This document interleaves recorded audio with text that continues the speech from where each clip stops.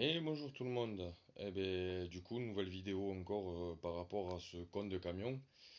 Pour ceux qui n'ont pas suivi, j'ai un vieux camion des années 80 qui est bloqué au niveau de l'assurance pour une mauvaise compréhension d'un assureur qui est complètement abruti. Je vais continuer à lui faire une mauvaise pub parce qu'il est de mauvaise foi et moi, les gens de mauvaise foi, ben, je leur fais pas une bonne pub, hein. À un moment donné, j'ai été très bon client jusqu'à maintenant, mais là, foutage de gueule comme ça, moi, c'est plus possible. Ce camion, normalement, il aurait dû me l'assurer en garage mort, comme on appelle. C'est un véhicule où c'est qu'il est dans un garage et en fait, il peut pas bouger parce qu'il est en restauration, véhicule de collection en restauration. Sauf qu'il me l'a mis en véhicule roulant parce que, je cite ses paroles, j'ai estimé qu'en un an, tu aurais eu assez pour le réparer. Alors qu'il a jamais vu le camion, il savait pas dans quel état il était. Il sait pas ma finance.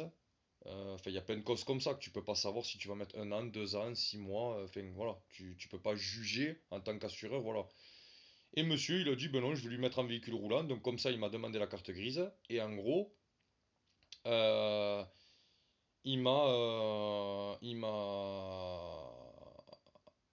a pas voulu renouveler l'assurance parce qu'en fait, c'était sur un an. J'ai payé les un an et parce que c'était 98 euros pour l'année. Donc j'ai payé les 98 euros pour l'année. Et arrivé à la fin de l'année, il m'a demandé la carte grise. Je dis que non, je l'avais pas parce que le véhicule ne roulait toujours pas et qu'en gros, ben, s'il roule pas, je peux pas l'amener au CT, donc je peux pas faire la carte grise. Et ben, du coup, il a dit, ben, je renouvelle pas le contrat. Ben, j'ai dit, ben ouais, mais bon, moi je suis emmerdé parce que si jamais entre-temps j'arrive à finir de le réparer pour faire les papiers, ça va être chiant. Oui, mais je peux pas parce que l'agence, en gros, ils veulent pas continuer si tu donnes pas les papiers. Bon, ben tant pis. Mais sans penser qu'il allait me bloquer le camion. Mais en fait, il m'a tout bloqué. Je l'ai eu au téléphone on est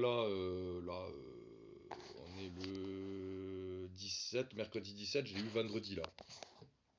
Euh, il m'a dit ouais t'inquiète, je vais voir ce que je peux faire, je vais te le débloquer, t'inquiète pas.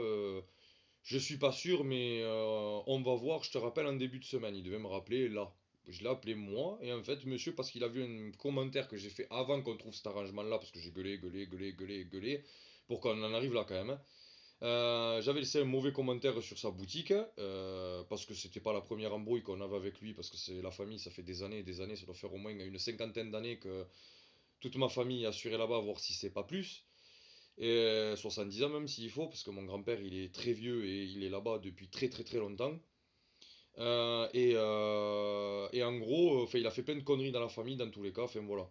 Et j'ai laissé un mauvais commentaire parce que moi il m'avait bloqué, que moi je suis pas ma famille à fermer ma gueule. Donc du coup ça y a pas plu et monsieur en fait il a décidé, il a dit carrément à la secrétaire, ben, tu peux lui dire que je ne ferai rien